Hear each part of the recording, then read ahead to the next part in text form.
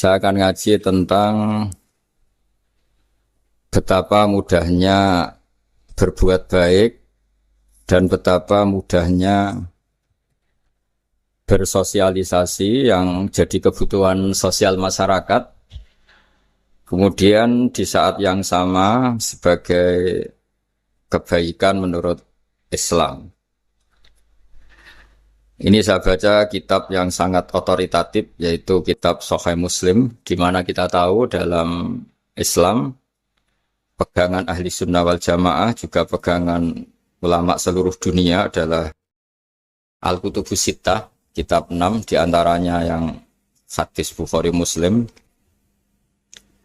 Di sini ketika Nabi ditanya tentang beberapa kebaikan, yaitu dari pertanyaan Ayul A'mali Afdol, amal apa yang terbaik, diantaranya Nabi menyebut sekian: iman billah, iman kepada Allah Ta'ala.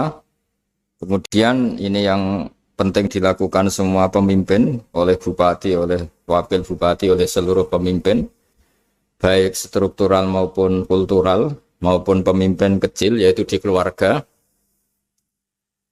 Yaitu Nabi ngendikan di antara misi Islam adalah memerdekakan budak.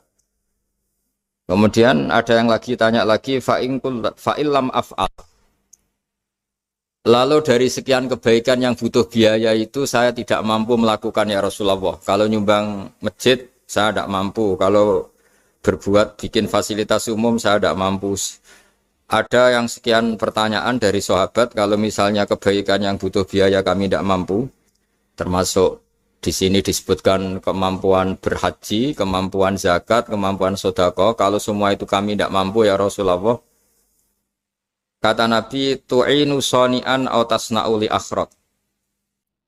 Ini di Sahih Muslim di bab iman dengan judul Babu bayani kaunil iman billah afdalal a'mal. Kalau saya tidak mampu semua melakukan itu ya Rasulullah, yaitu melakukan kebaikan yang butuh biaya. Kayak bangun masjid, bangun jalan, bangun fasilitas-fasilitas publik. Tu'inu shani'an aw tasna'u li akhrat. Tu'inu nulungi sira shani'an ing wong sing ahli sun'ah, ahli kreatif, atau ahli, kalau orang sekarang itu bilang dia pekerja. Dia pekerja rumahan atau production house atau apa saja. Aw tasna'u li akhrat. Atau kamu membantu orang yang tidak punya pekerjaan. Terus sahabat masih tanya, aro'aita indo'iftu an ba'dil amal. Kalau semua kebaikan aktif saya tidak mampu melakukan ya Rasulullah, kebaikan menolong orang lain, kebaikan yang bersifat aktif. Jawabnya Nabi, dan ini pegangan saya, pegangan kita semua, panduan dari Rasulullah SAW, Nabi ngendikan, takufu syarroka anin nas fa innaha shadaqatun minka ala nafsik. Ya, saya ulang lagi, takufu syarroka anin nas fa innaha shadaqatun minka ala nafsik. Kamu dalam berislam cukup menjaga supaya kejelekan kamu tidak punya imbas pada orang lain. Ya, ini penting dalam Islam. Jadi kalau tidak bisa berbuat baik, potensi keburukan kita jangan sampai menimpa orang lain. Keburukan itu bisa kejahatan kriminal, bisa kejahatan pidana atau merugikan orang lain, atau kejahatan yang tidak sampai kriminal tapi mengganggu orang lain. Misalnya contoh gampang ini, saya sumpek-sumpeknya sendiri ingin jalan-jalan, main di teman yang di jam kerja. Ini kan sumpek-sumpeknya saya sendiri ingin hiburan, terus wisata atau dolan ke teman yang sebetulnya saat itu dia mungkin ngaji atau kerja atau harus memenuhi kewajiban cari nafkah. Gara-gara nemuin saya, akhirnya dia dikomplain sama majikannya, atau gara-gara nemuin saya, dia akhirnya tidak ngaji sama santrinya, atau gara-gara nemuin saya, dia terganggu aktivitasnya. Itu juga tidak boleh, karena berarti keburukan kita punya akibat pada orang lain. Jadi kaidah dalam Islam itu kalau tidak berbuat baik, potensi keburukan kita ini jangan sampai menimpa orang lain. Sehingga di sini Islam menyarankan uzlah. Uzlah itu nyepi. Jadi misalnya kita baru penat, baru bawaannya itu emosi, baru gak suka kumpul orang, itu ya sebaiknya jangan jalan-jalan, karena di antara kebaikan Islam itu tabassum, senyum, atau talqatu wajhin, ceria. Tapi karena kita mungkin jatuh kredit, jatuh hutang, atau punya masalah keluarga, sehingga bawaan kita itu emosi. Nah, dalam seperti ini sebaiknya uzlah, menutup diri. Sehingga kata Rasulullah SAW dalam zaman akhir, di antara kebaikan itu kamu meninggalkan manusia, aktivitasnya, kemudian watadaun nas min syarrik, kamu meninggalkan manusia supaya nggak kena keburukan kamu. Jadi ada momen, ada saat di mana kita mungkin kalau ketemu orang itu bawaannya ingin sengak, ingin ngomong yang nggak enak, atau kita baru penat, itu sebaiknya uzlah saja, mengurung diri di kamar atau isolasi sendiri, karena bawaannya baru emosi. Nah, ini yang jarang dipraktekkan. Kalau sekarang malah banyak yang saat susah malah bawaannya ingin namam, ingin apa, menvonis orang lain atau ngadili orang lain. Padahal pesannya Nabi, kalau semua kebaikan aktif tidak bisa kamu lakukan itu, takuffu syarra ka'anin nas fa innaha shadaqatun minka ala nafsik. Sehingga keburukan kita, ya saya ulang lagi, keburukan kita yang ingin emosi, ingin apa, itu tidak punya akibat orang lain. Di sini kearifannya Rasulullah SAW, beliau masyhur ngendikan, layak dilqadi wa ghadban. Jangan sampai seorang hakim bikin keputusan ketika emosi, karena bawaannya orang emosi itu pasti nggak terkontrol intelektualnya, nggak terkontrol nuraninya, nggak terkontrol semua sifat baiknya. Itu kalau punya keputusan bahaya sekali. Sehingga Nabi dari awal ngendikan layak dilqadi wa ghadban. Orang yang sedang emosi tinggi jangan bikin keputusan penting. Kemudian oleh ulama diteruskan juga jangan bikin keputusan penting orang yang sangat lapar, atau yang sangat kenyang, atau yang sangat ngantuk, atau yang super sibuk. Jadi hal-hal yang potensi buruk dalam mengambil keputusan itu harus ditinggalkan. Sehingga misalnya bupati atau wakil bupati kalau sedang tidak nyaman dengan suasana apa, nggak boleh rapat kemudian memutuskan keputusan penting. Begitu juga kiai dan semuanya. Nah, ini yang supaya otoritatif. Kenapa saya bawa kitab itu logikanya jelas ya. Kita sebagai dai, sebagai ustadz, atau sebagai mubalek, atau sebagai siapa saja, yang ingin kita wariskan ke umat Rasulullah adalah dawuh-dawuhnya Nabi. Dan kalau kita ngaji tidak pakai kitab, itu sebenarnya umat kita jejali dengan pikiran kita, dengan ide kita. Jangan-jangan ide kita, pikiran kita ini tidak mewarisi pikiran Islam, tapi pikiran kita atau emosi kita. Tapi kalau kita baca kitab, artinya umat ini berhak mendapat apa yang diteladankan dan disabdakan oleh Rasulullah SAW. Tapi kalau kita, itu pasti inginnya itu kita.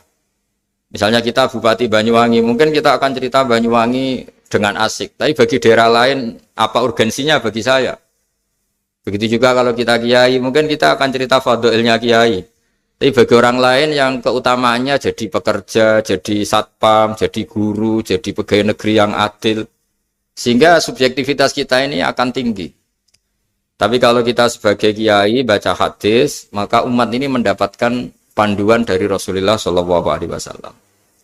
Nah, dari sekian panduan itu, kata Nabi, jika Anda tidak bisa berbuat kebaikan aktif, maka kebaikan yang harus Anda lakukan adalah potensi kejelekan kamu jangan menimpa orang lain. Makanya saya berkali-kali bilang, saya ini termasuk kiai yang jarang main ke alumni. Karena tadi, kadang-kadang alumni itu sudah mau kerja di tempat kerjanya, atau mau janjian ngantar anaknya sekolah. Gara-gara ada saya, mungkin semua itu dibatalkan. Sehingga silaturahim itu juga harus dimanage supaya tidak mengganggu haknya orang yang kita silaturahimi. Jangan sampai silaturahim jam 9, saatnya orang kerja, kemudian dia dapat peringatan dari pabriknya gara-gara sering didolani kiainya. Itu kan jadi ribet. Atau kiai karena sering didolani terus tidak ngaji, memetuki tamu terus, itu kan jadi ribet. Apapun itu, sehingga orang itu harus berpikir perilakunya itu tidak punya akibat la doror wa la diror. Jangan mengganggu dirinya, juga jangan mengganggu orang lain. Ini oleh Nabi disebut takuffu syarra ka'adin nas fa innaha shadaqatun minka ala nafsik.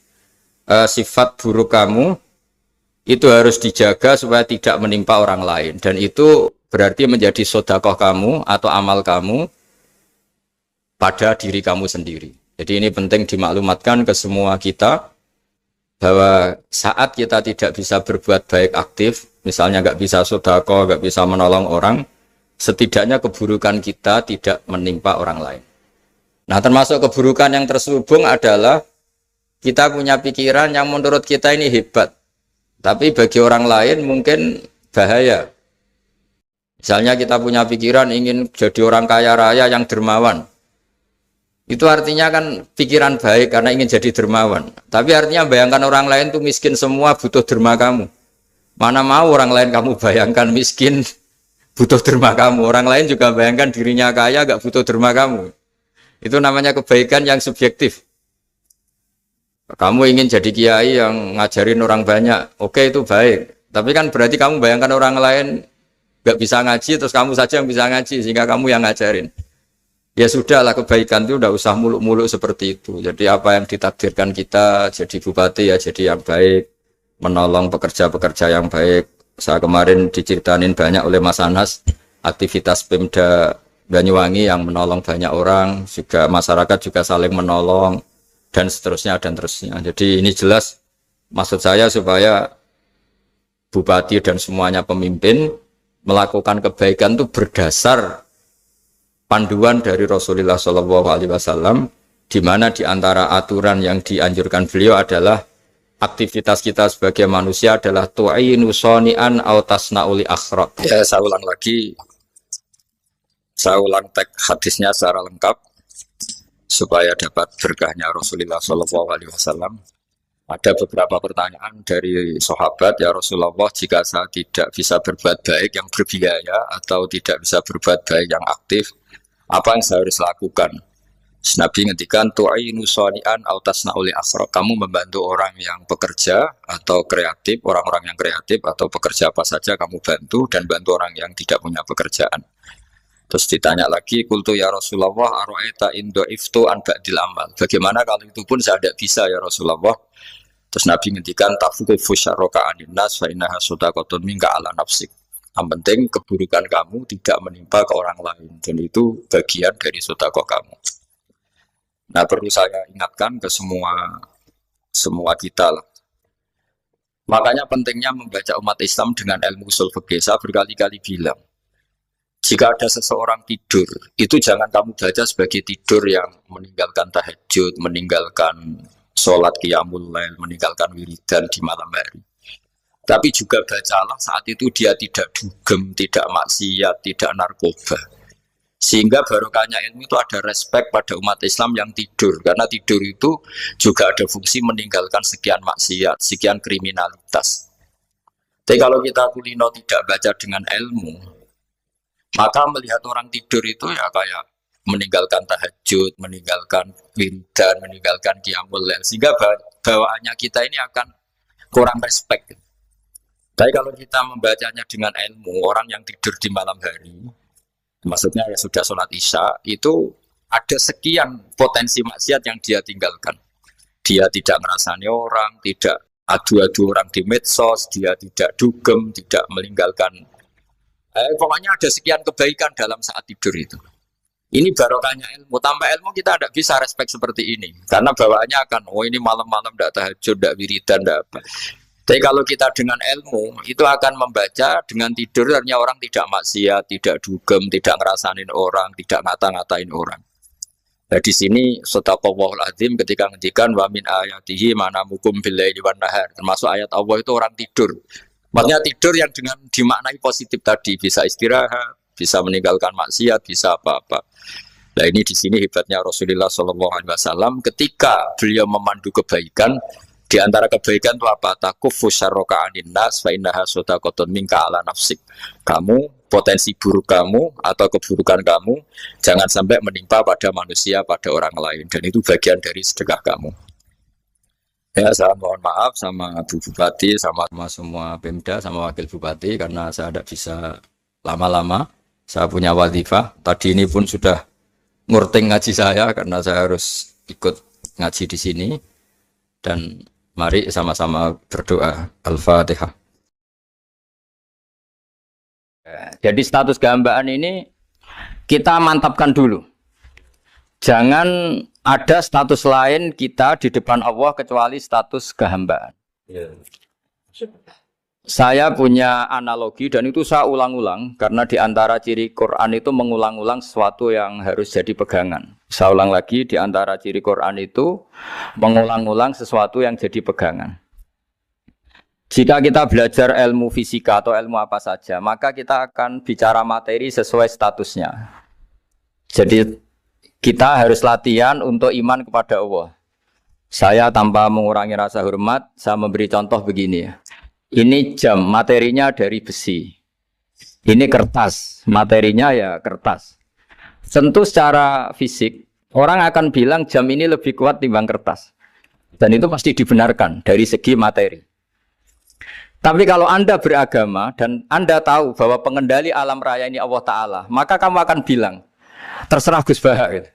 Bisa saja jam ini saya punya niat saya hancurkan, kertas yang lemah ini saya simpan. Sehingga jam tangan ini 5 menit lagi saya hancurkan sehingga benar-benar rusak. Sementara kertas ini saya simpan sampai bertahun-tahun awet. Nah, kira-kira seperti itulah ilmu manusia. Sesuatu yang kita sangka kuat, ternyata Allah punya rencana menghancurkan itu. Dan yang kita sangka lemah, ternyata Allah punya rencana untuk mengabadikan itu.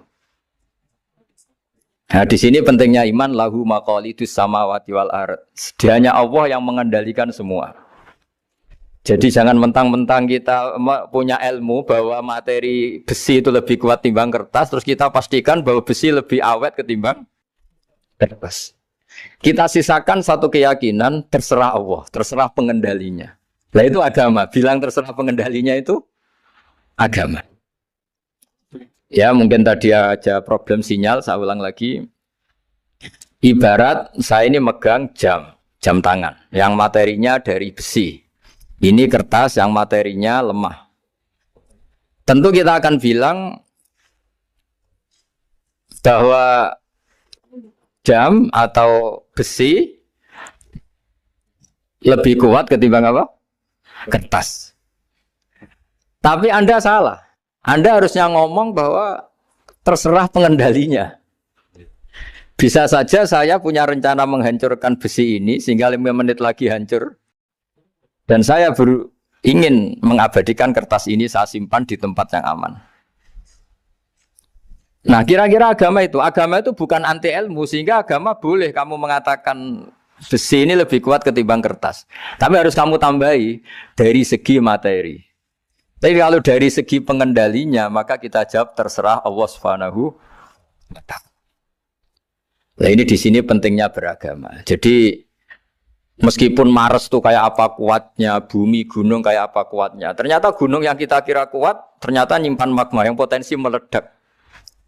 Yang gunung kecil, yang kelihatan dari pasir kecil yang tidak berdaya, ternyata nggak nyimpan magma, jadi nggak direncanakan untuk diledakkan. Itu, nah agama itu seperti itu, yang disebut di surat Yasin misalnya Allah itu siapa? Biyadihi malakutu kulli, yang dalam kendalinya itu semuanya di alam raya ini. Sehingga di kehidupan nyata juga sama. Ada orang yang nekuni ilmu ekonomi, tapi miskinnya Masya Allah. Ada yang gobloknya Masya Allah tapi kaya. Ada kiai yang punya doa banyak, hidupnya biasa. Yang nggak punya doa kaya. Itu saya pernah baca di sebuah hadis qudsi. Ada riwayat begini. Nabi Musa ketemu Allah ditanya. Limadza kata Allah. Kenapa saya memberi rezeki orang yang bodoh? Mak itu orang yang bodoh sekali. Kadang tak ciptakan dia jadi orang kaya. Dan yang pintar ekonomi kadang tak ciptakan jadi orang miskin. Si Nabi ini tanya, kenapa ya Allah? Supaya dia tahu yang mengendalikan rezeki itu saya, bukan ilmunya dia. Katanya. Jadi banyak orang, misalnya kita yang pintar, dipekerjakan orang yang nggak pintar. Yang punya pabrik tidak pintar, mengerjakan orang yang pintar. Jadi ya kira-kira agama itu seperti itu.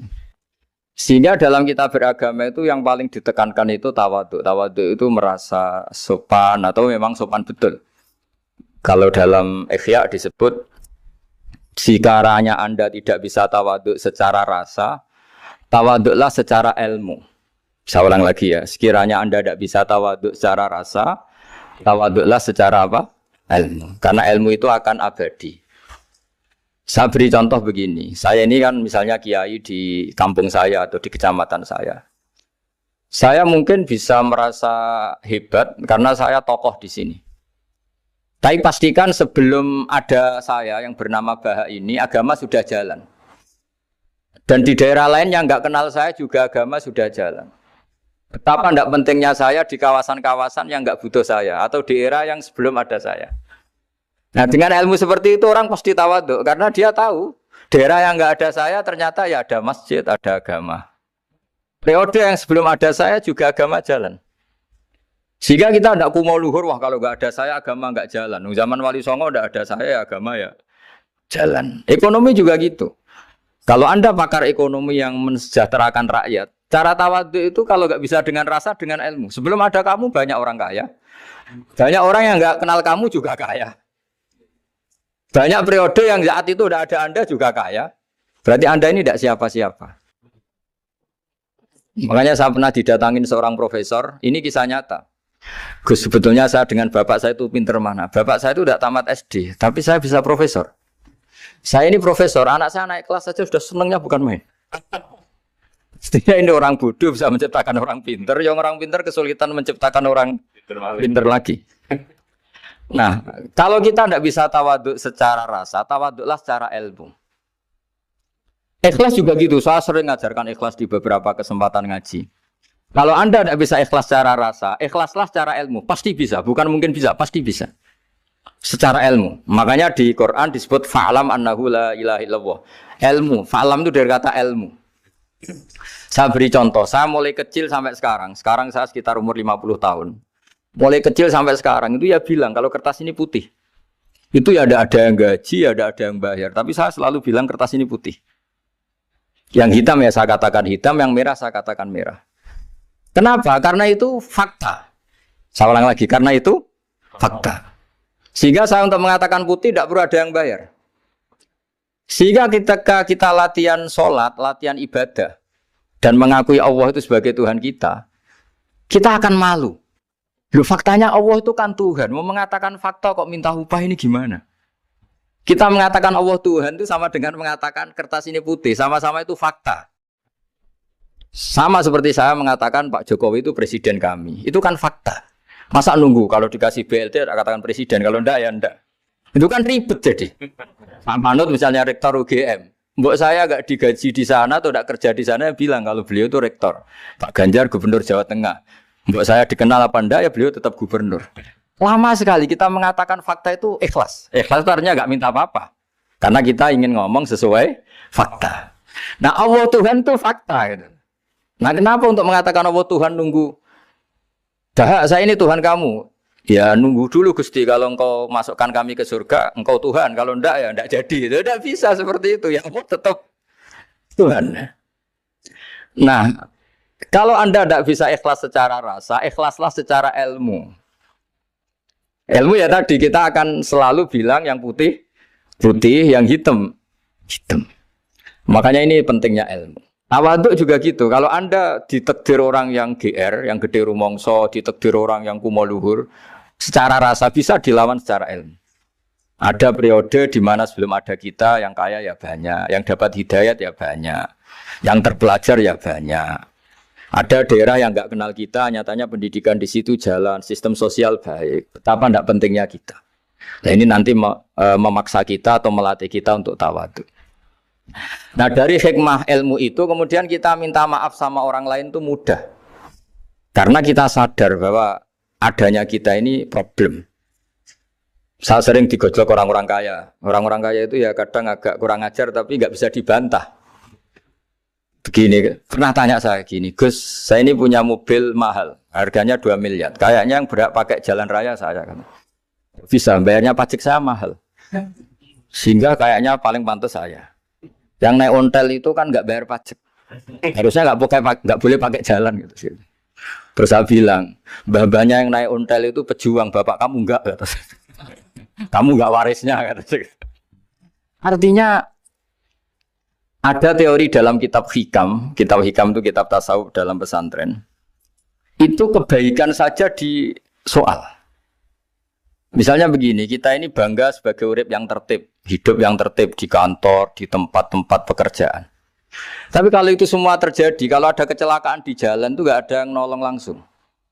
SAR paling efektif, tim penolong paling efektif ya orang-orang nganggur itu. Orang-orang yang di jalan-jalan di perapatan itu kalau ada kecelakaan langsung nolong.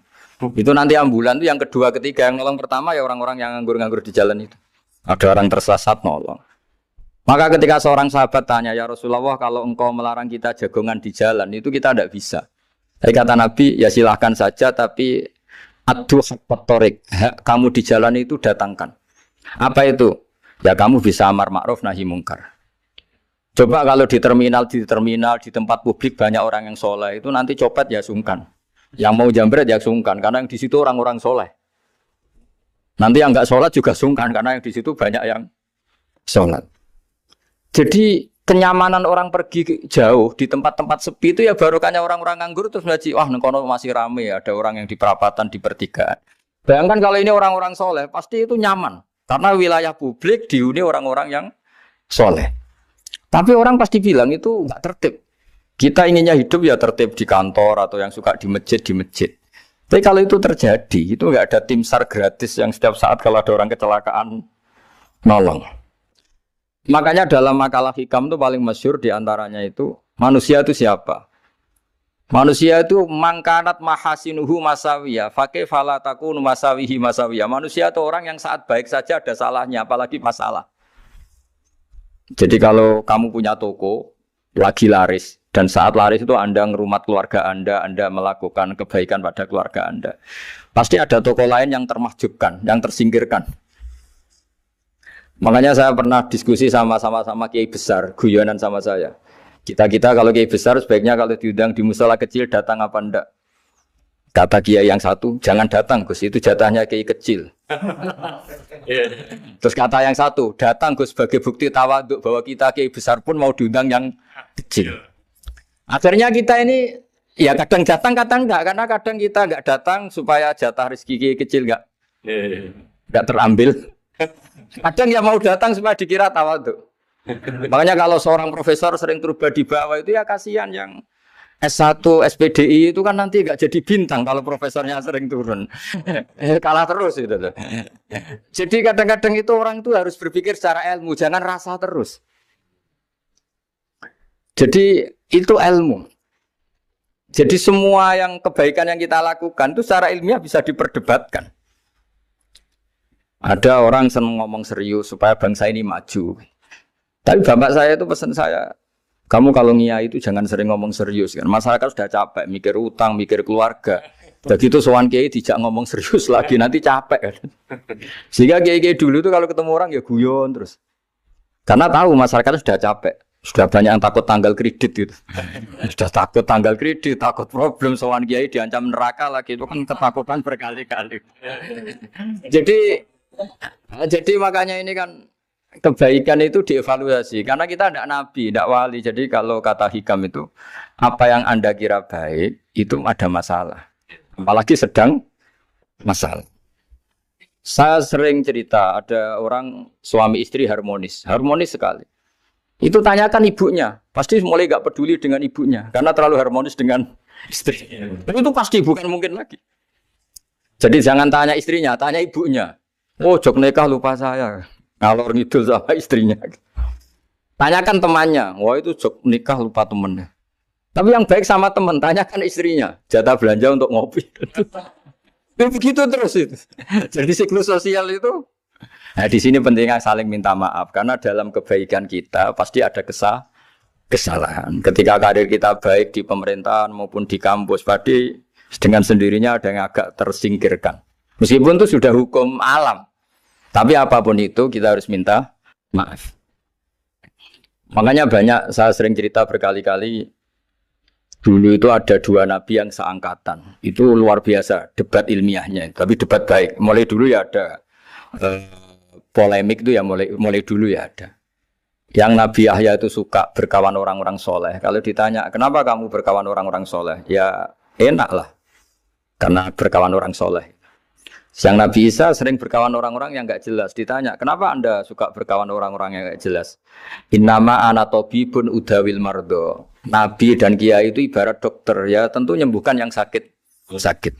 Kalau Anda seorang dokter, pasti neliti daerah-daerah pandemi. Masa neliti daerah sehat? Nah, jadi dulu bapak wasiat ke saya gitu. Kau nak jadi kiai kok bengkel. Jadi kiai itu kayak bengkel. Kalau nggak siap dadani orang nggak jelas ya jangan jadi kiai kan. Itu ya. Tapi kan masalahnya kita sendiri solehnya pas-pasan. Takut terkontaminasi. Jadi yang jelek bukan jadi baik. Kita yang baik jadi jelek. Nah itu kan mulai dulu ya polemik. Sejauh mana kita punya kekuatan untuk tidak terpengaruh yang negatif. Yang negatif terpengaruh kita menjadi positif. Jadi ini cerita-cerita sawalan bahwa dalam kebaikan kita itu ada kesalahan. Maka kita tetap istighfar, tetap saling minta maaf. Dulu bapak saya kalau diceritain ada seorang kiai sampai sepuh jadi imam masjid, istiqomah sekali. Dulu bapak saya itu guyu. Ya istiqomah, tapi wong liya terus ra iso dadi kader. Jadi calon-calon kiai ini sudah putus asa karena nggak pernah punya kesempatan jadi imam. Jadi di balik istiqomah itu ya ada memahjubkan orang lain. Makanya alhamdulillah di Indonesia itu ada pegawai pensiun. Kalau enggak habis itu. Karena yang anyar-anyar itu mesti ini kurang pengalaman, ini kurang senior. Tapi barokahnya ada pensiun kan gantian. Tapi masalahnya di dunia kiai itu udah ada pensiun. Tambah sepuh tambah mantap, tambah sepuh tambah mantap. Nah itu sebaiknya ya mulai mundur-mundur sedikit dari imam masjid itu. Ya nyari-nyari yang lain lah supaya ada kaderisasi, ada. Jadi intinya itu di balik kebaikan yang kita lakukan pun itu ada masalah sehingga kita butuh istighfar. Di sini pentingnya dawuhnya para wali-wali dulu ada istilah wastighfaruna yahtaju ilal istighfar. Ketika kita minta maaf, sebetulnya minta maaf sendiri itu butuh minta maaf lagi. Minta maaf lagi itu butuh minta maaf lagi. Misalnya saya dengan Mas Hilmi ini akrab, pernah pakai uangnya misalnya. Itu kadang kita bayar itu malah tersinggung. Kok kayak orang lain saja bayar. Minta maaf juga gitu. Kalau kamu punya teman akrab, terus minta maaf resmi itu tersinggung. Kayak wong liya ae jaluk sepuro. Jadi kadang jaluk sepuro itu malah masalah. Itu kan sama. Kamu punya teman akrab, terus kalau mau main, assalamualaikum, sakit masuk nopo boten, angsal boten. Boleh enggak main? Itu mesti teman kamu tersinggung. Kok kayak orang lain saja. Artinya ketika Anda merasa benar karena protokoler ketika masuk ke teman, ternyata itu salah. Teman kamu maunya enggak protokoler karena sudah akrab. Tapi ketika kita merasa akrab, ternyata selonang-selonang dianggap problem. Kita tidak pernah tahu. Nah di sini kata ulama-ulama, minta ampun itu kebutuhan manusia. Karena dalam kebaikan kita pasti ada kesalahan. Makanya disebut wastighfaruna yahtaju ilal istighfar. Kita selalu diajari Rabbana dzalamna anfusana. Ya Allah, kita ini selalu mendolimi diri kita sendiri. Jadi saat kita baik pun ada unsur kesalahan. Yaitu tadi, kalau Anda jadi orang pasti ada yang termahjubkan. Kalau Anda kiai besar atau profesor atau pejabat turun ke bawah. Ya kalau gubernur turun terus ya bupati gak jadi bintang. Kalau saya kiai besar misalnya turun terus ya kiai kampung itu ya kasihan. Saya pernah diundang Manakipan tidak datang itu kiai kecil bilang matur nuwun Gus gak teko. Aduh iwake gak untuk saya katanya. Barokahnya saya ada. Itu lucu ya matur nuwun betul. Matur nuwun Gus jenengan gak dugi jadi.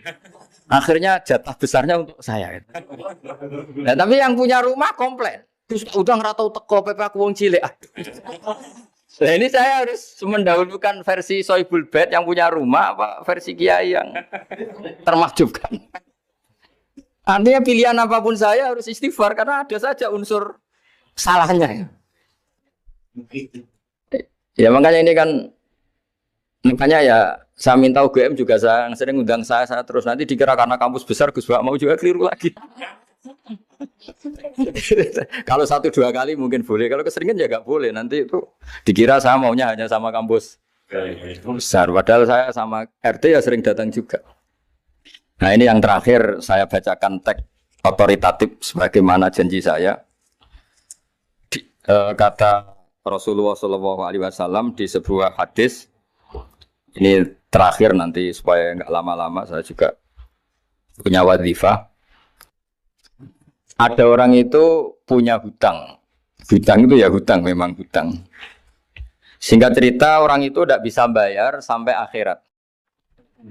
Dan aturannya Allah, orang yang punya hutang tidak bisa bayar ini harus diaudit, harus diselesaikan di akhirat. Kalau tidak bisa diselesaikan di dunia, diselesaikan di akhirat. Walhasil akhirnya di akhirat itu ditagih dan tidak mampu bayar. Karena di akhirat sudah tidak ada kredit, tidak ada ATM, tidak ada apa saja. Terus kata Allah, solusinya kebaikan kamu dikasihkan yang ngutangi. Ternyata kebaikan dia tidak cukup juga. Bayarnya apa? Kejelekan yang ngutangin dikasihkan yang utang. Kayak apa celakanya? Kebetulan yang ngutangi salahnya buahnya, ini kan repot. Tapi Allah itu tidak suka kalau ada orang mukmin yang satu saudara kemudian masuk neraka karena saudaranya ini. Kata Allah, jika ini masuk neraka berarti disebabkan komplain atau ketidakikhlasan temannya yang mukmin. Masa orang mukmin menyebabkan mukmin yang lain masuk neraka? Allah tidak ingin. Makanya di antara nikmatnya beragama itu ukhuwah, persaudaraan. Baik persaudaraan atas nama iman atau atas nama kebangsaan atau atas nama kemanusiaan. Akhirnya si yang ngutangi ini tadi, jangan dibahasakan kreditur, nanti kita kayak bangunnya yang ngutangin nanti. Ya bahasa gampangnya yang ngutangin, karena tidak semua orang ngutangnya sama bank. Sama Allah ditunjukkan satu surga yang luar biasa. Nanti tak baca teks Arabnya ya, supaya dapat berkahnya bahasa Arab. Terus saking mewahnya surga itu, si yang ngutangin tanya, ya Allah itu untuk nabi siapa? Karena semewah itu pasti untuk kelas nabi. Atau untuk wali siapa? Katanya, terus kata Allah, sabda Allah, untuk siapapun yang mampu membeli. Lalu siapa yang bisa membeli surga semewah itu? Kamu bisa. Terus, dengan apa ya Allah? Kamu mengampuni teman kamu itu. Kamu bebaskan dari utangnya. Nanti tak kasih surga itu. Terus, akhirnya sama Allah, kata orang itu, ya Allah saya bebaskan. Ya sudah, kamu berdua masuk surga. Karena Allah tidak ingin ada kasus aneh. Dua orang mukmin ini kan bersaudara. Masa bersaudara kemudian yang satu menjadi penyebab masuknya neraka karena ini tidak mau memaafkan. Artinya kalau kita syawalan itu harus benar-benar mau memaafkan, karena kalau tidak Anda menjadi penyebab teman kamu masuk neraka. Jadi kita janganlah jadi orang mukmin yang menjadi problem bagi saudara kita. Jadi makanya saya itu berharap ada wali utang saya tidak bisa bayar, karena ini masih dibela-belain Allah ini. Karena Allah nggak ikhlas kalau ada walinya masuk neraka. Jadi kalau ada wali utang kamu, itu utangin saja, doain nggak bisa nyaur, no? Nggak bisa bayar. Nanti ini akan dibela-belain Allah di akhirat. Karena wali ini nggak pantas masuk neraka. Ya, jadi kalau ada wali utang kamu mau bayar, sudah Anda tidak usah bayar, nanti di akhirat saja. Lah yang ribet kalau yang kamu utangin dia ahli neraka, kamu nagihnya disuruh masuk neraka. Nah, itu ribet itu. Sudah utang dia ahli neraka. Ya tak baca teksnya supaya ini ada di kitab Ihya halaman 197 juz 2. Status hadisnya waqala shahihul isnad. Kata Imam Hakim hadis ini shahihul isnad. Saya baca Arabnya nanti insyaallah sebagian ya supaya kelihatan teks aslinya di bab hukukul muslim. Bainama Rasulullah sallallahu alaihi wasallam jalisun izdhika hatta badat sanayahu. Nabi ketika santai-santai duduk tahu-tahu tertawa sampai gigi depannya itu kelihatan. Jadi tertawa sangat sampai gigi depannya kelihatan. Yang notabene beliau sering hanya senyum, kali ini tertawa betul sampai gigi depannya kelihatan. Faqala Umar radhiyallahu anhu ya Rasulullah bi abi anta wa ummi malladhi adhakaka. Apa yang bikin kau sampai tertawa seperti itu? Qala rajulani min ummati jasaya baina yaday rabbil izzah. Dua lelaki dari umatku sama-sama sungkeman nuntut keadilan di depan Allah. Jasaya itu sungkem, duduk bersimpuh itu kalau dalam bahasa Arab itu apa? Namanya jasiyah. Faqala ahaduhuma ya rabbi khudli madlamati min hadza. Faqala wa rudda ala akhika madlamata. Qala ya rabbi lam yabqali min hasanati syai'un. Faqala wa ta'ala li talib kaifa tasna'u bi akhika wa lam yabqa lahu min hasanati syai'un. Faqala ya rabbi falyahmil anni min auzari. Kalau kebaikannya dia tidak cukup, ya salah saya supaya dilimpahkan ke dia. Terus summa fadat aina Rasulillah sallallahu alaihi wasallam bil buka. Nabi di tengah-tengah cerita tuh nangis. Senangis-nangisnya karena habis seneng lalu nangis karena ini kan kebaikannya sudah dikasihkan habis nggak cukup. Akhirnya kejelekan yang utangin ini diberikan. Makanya kalau kamu ingin masuk surga, utangi orang-orang soleh sebanyak-banyaknya. Dan doain nggak bisa apa? Nyaur. Tapi tak jamin orang soleh itu nggak suka utang. Karena hidupnya sederhana ini. Kayaknya saya tidak akan utang Mas Ilmi itu. Karena orang soleh itu hidupnya sederhana, pasti tidak butuh. Kalaupun utang paling ya untuk makan kan gampang nyaurnya apa. Terus kata Rasulullah, faqala inna dzalika layaumun azimun yauma yahtadun nasu fihi ila yuhmala anhum min auzarihim. Terus fayaqulu wa ta'ala lil mutadzallim irfa basarak. Coba kamu lihat yang di sana itu ada apa?